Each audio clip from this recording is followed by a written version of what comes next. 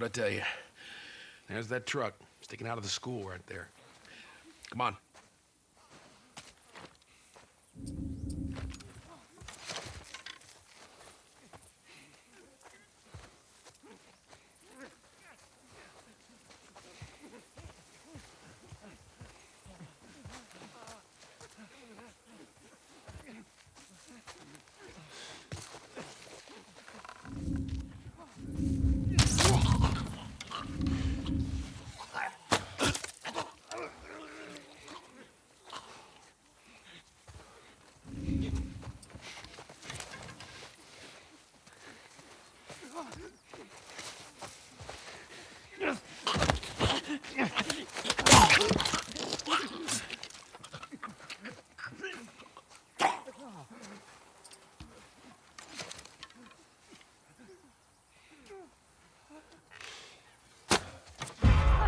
Ellie, run! Run! Coming from everywhere! Rust!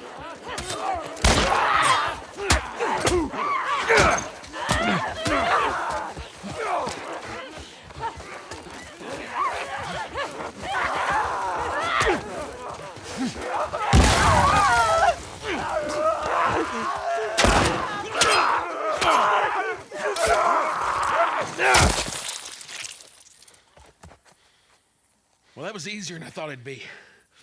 They must be holed up somewhere else. Well, let's not test our luck. How do we get inside? Someone left a ladder on the bus. Here, get me up there and I'll drop it to you.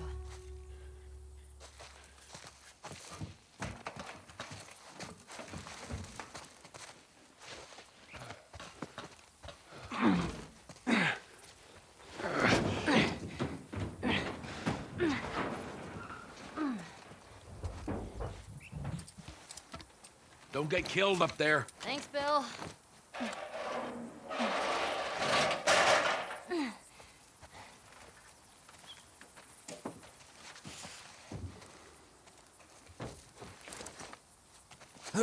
We're okay.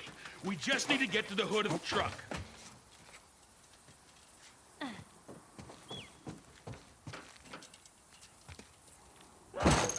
Shit, you hear that? They're coming. Move it, kid. All right. We're gonna get in quick. We're gonna get the battery. We're gonna get the hell out of here. Look! They're piling on this fence over here! It's not gonna hold!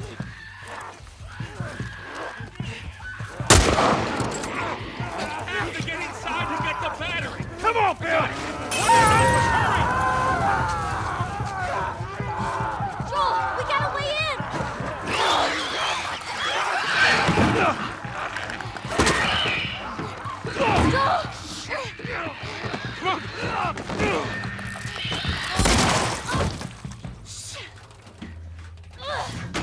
That's not gonna hold! Bill, make it fast!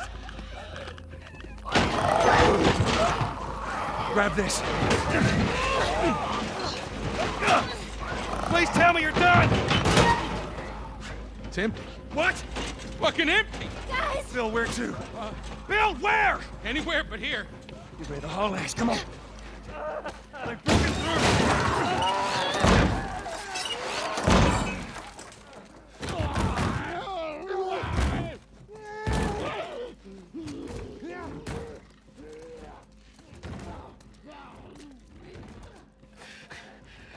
Let's, we'll sneak out the back. You two, follow me. I'll get us out. Be my guest. To your right.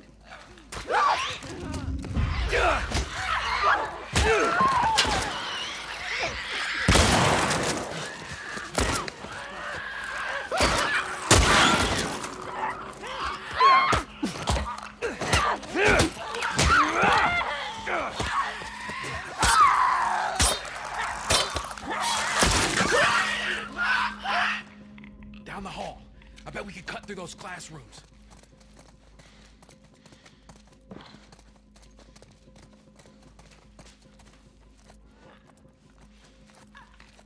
There's a way through. We gotta get past those guys.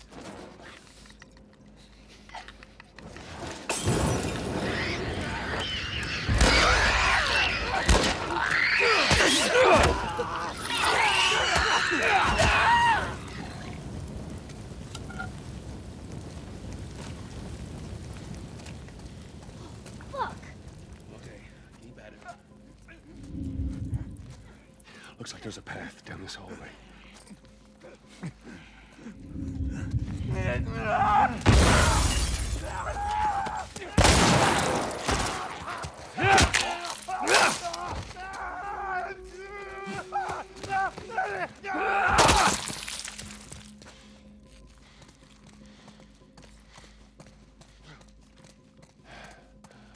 That was fucking close. Help me open this. All right, ready? One more time. Come on. Shit. There's more on the way. Barricade the doors.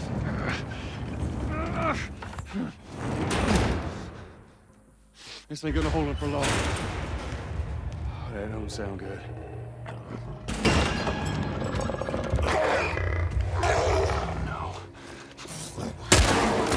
It's a goddamn loader. What? Ellie, take cover. I got this.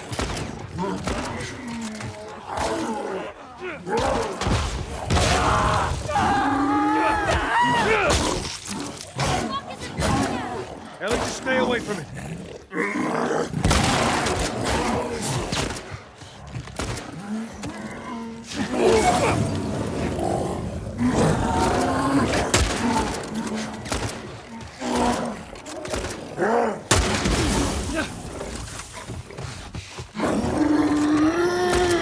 You gotta get up there. Can't climb these bleachers with all this.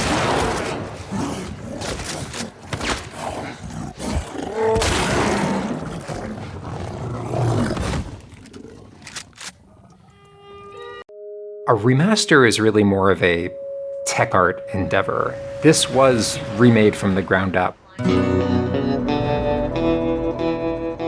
No matter what we were making, it was going to be compared not to the original, it was going to be compared to the memory of the original. It became pretty clear that this is going to require more than just like a remastering approach. We really want to recreate this for the technology as opposed to putting a sheen over it. We have new tools that allow us to make better looking animation, improvements in character rigs and facial rigs. The characters were rebuilt. We didn't just take the original model of Henry and Sam, we built a new Henry and Sam. We only take what we have to. Let's do a side-by-side review. It would stop multiple times just to be like, oh my gosh, just look at that. Things that make like the shirts wrinkle, the muscles to form correctly, facial details add such a layer of richness and life to the character that someone who wants to play this game again is the thing I am most excited about. The scene at the beginning of the game, that was one that terrified us to remake. When Joel cradles Sarah up to him and you see their cheeks smashed together, the tears streaming down the face. There's a physicality that we were unable to achieve the first time we made this. All the art has been rebuilt from scratch. A great example is in the Boston State House Museum. On the lower floor, there's some back rooms that in the original game were generic offices. Now there's like an art restoration station, there's busts of American colonial figures on the walls. We have a completely new AI core. Encounters will play out in a much more dynamic way. You might play it 10 different times and get 10 different results for how the combat went. All of that, at the end of the day, is in service of the storytelling. We want to be very faithful to the original experience, to be very true to what fans love about that game, and give them the best version of this game possible. Bandit! Stop him! Don't let him into the building! To some extent, the principles behind accessibility are good universal design principles. So thankfully, we're able to think about, okay, well, if this information is only available on screen, well, then it's not accessible to a blind player. Or if this information is something you only hear, Joel, there's a guy up on that second floor, right there. it's not accessible to a deaf player. One of the frontiers that we've pushed on the most uniquely is vision accessibility.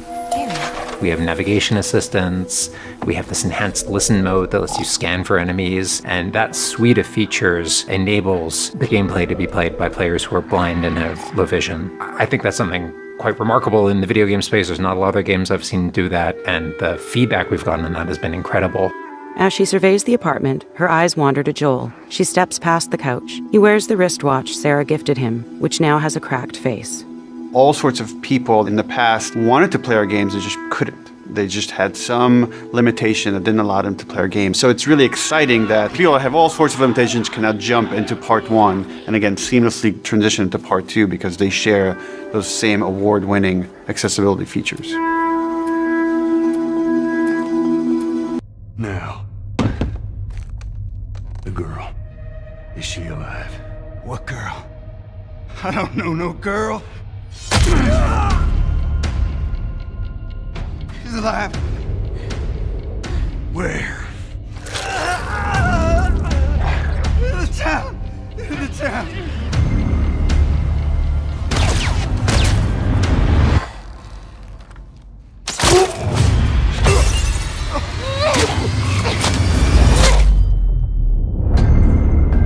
Here's how this thing's gonna play out.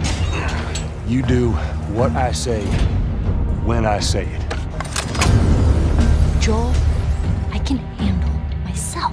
It's called luck, and it is gonna run out.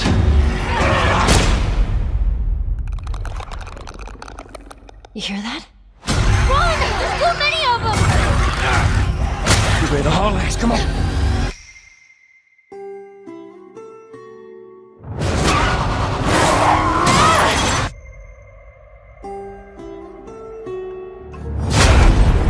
Realize what your life means? Stop with the bullshit. What are you so afraid of? No!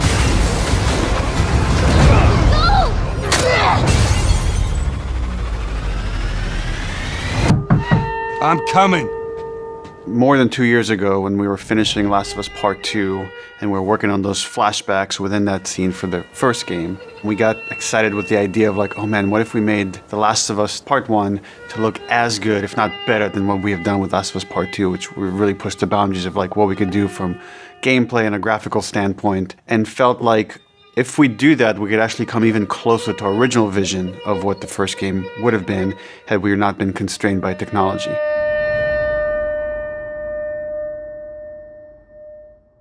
The original creative vision of The Last of Us, I think in a lot of ways was larger than what the PlayStation 3 was capable of.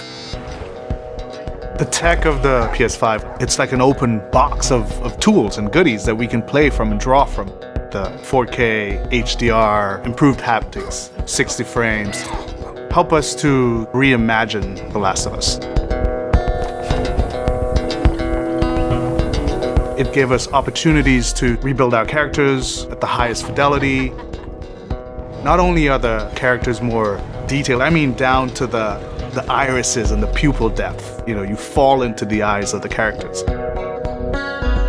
Aside from that, the facial animation is just way more believable. Like all the nuances, all the little subtle reactions, glances, glares, right? Like you get all of it almost closer to sort of the original performances.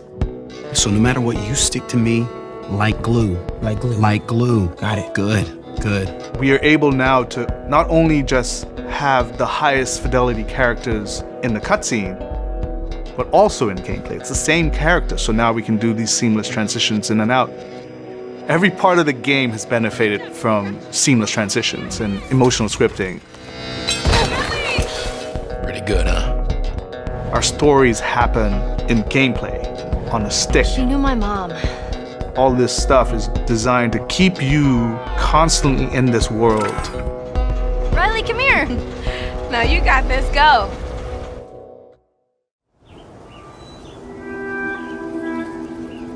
One of the things that the PlayStation 5 is really enabling is that we're able to have a density of physics objects in a scene that we could never do before. Like, this has always been the dream, is to have this number of bumpables, chippables, breakables, destructible objects in a scene. It just makes the world feel rich, makes it feel lived in. Materials can have the properties that you'd expect. The turret truck in Pittsburgh, when it's firing at you and it's just ripping apart the concrete and sending objects flying left and right. Seeing things break, like there's fear, there's a real fear that it invokes. And it's giving us a much more dynamic range of gameplay to play with.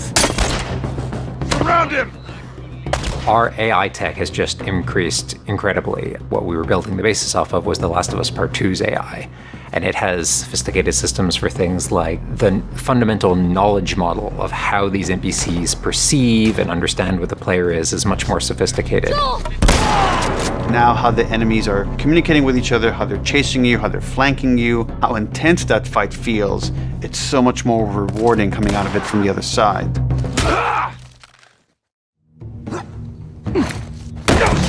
Get out! One of the other big AI improvements is the buddies.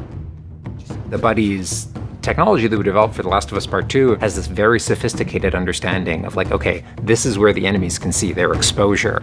We not only have exposure, we have future exposure. So buddies can know, okay, that enemy is walking forward and they're about to round this corner. So in 3 seconds, that corner is going to be exposed. So I'd better move now to avoid this enemy seeing me. This really lets the buddies make very complex decisions and maintain that feeling of stealth much more believably. Another big enhancement to the gameplay is that we have this technology called motion matching. Motion matching is this technology that's basically using logic that tries to match the desired movement to a bucket of hundreds of animations. A mocapped actor has gone in and run this whole gauntlet of movements to get a really full set of all the different ways a person can move. And then it's basically every frame trying to find the best matching animation that fits the path of where the character is going to go. And this motion model just gives this really seamless sense of transition. The player's movement is just a lot cleaner. It's this really smooth, organic movement through the space. First, we just had to build that core experience. And then beyond that, we wanted to add several features that fans have been asking for. For example, we now have a permadeath mode. Along that, we've added a brand new speedrun mode, so players can time themselves. There's a whole community of gamers that just want to see how fast they can play through this game. Beyond that, we added a bunch more of unlockables. So there's all these different outfits for Ellie and Joel that people can unlock. A model viewer mode, so people can really appreciate the details. We added award-winning accessibility features. Every single accessibility option that we offer, that's a barrier removed for someone. As she surveys the apartment, her eyes wander to Joel. She steps past the couch. He wears the wristwatch Sarah gifted him, which now has a cracked face. To my knowledge, this is the first PlayStation game that has audio description built into the game, built into the cinematics. Now it's nighttime. Joel stirs in his sleep. And that's really the way we've tried to push the frontier of accessibility on this game.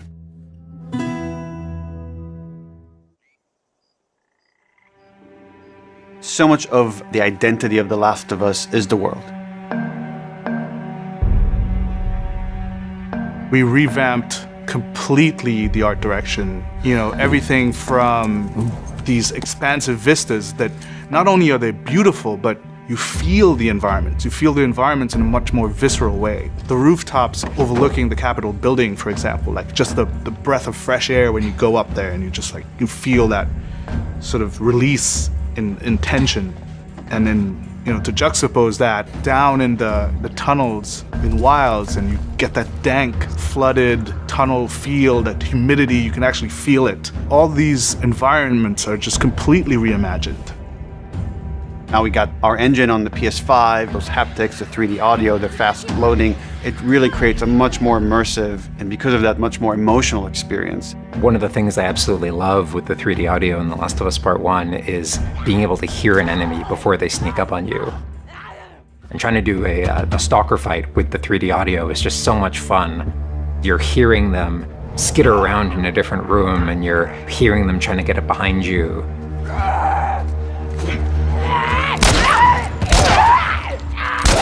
Having that two-part reaction of like hearing, turning, seeing, reacting, it just really heightens that sense of just being grounded. You are in this character, you are in this world.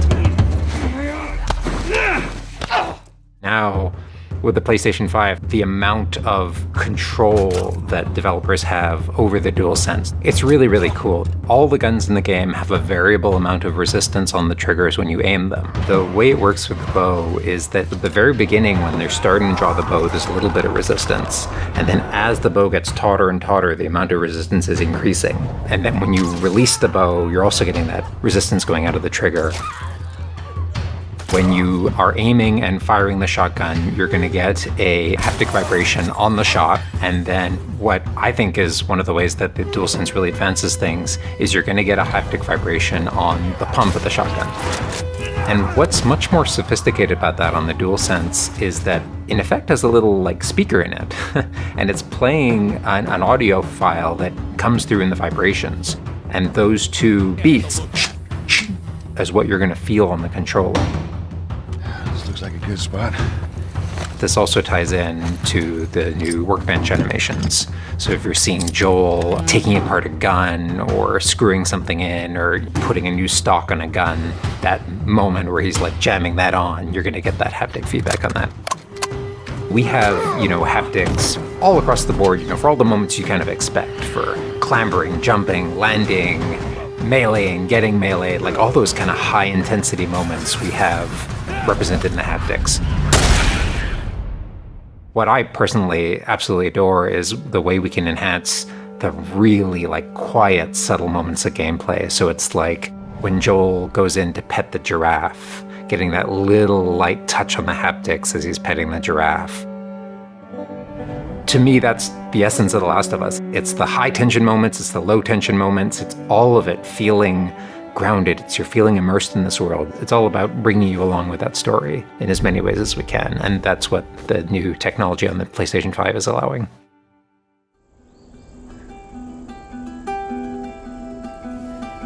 So is that everything you hoped for? Jury's still out. There's something special about that core experience of playing as Joel and Ellie on this journey. Then to take that experience and really honor it and keep the authenticity of it, but elevate it in every way possible, whether it's pipeline, whether it's art direction, whether it's a technology, everything that allows us to make that experience better. Not different, extremely better. That's why, to me, this is the definitive way to play The Last of Us.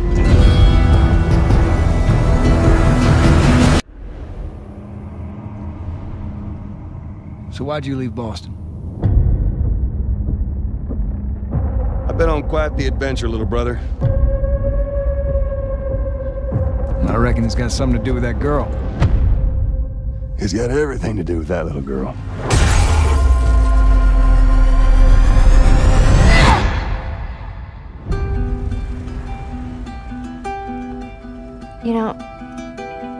I've never been this close.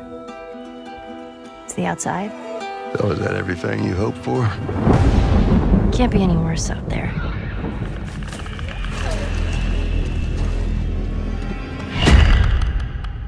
Can it? Once upon a time, I had somebody that I cared about. And in this world, that's good for one thing. Get you killed. I can take care of myself. How many close calls have we had? I get into trouble down there. You make every shot count. I got this.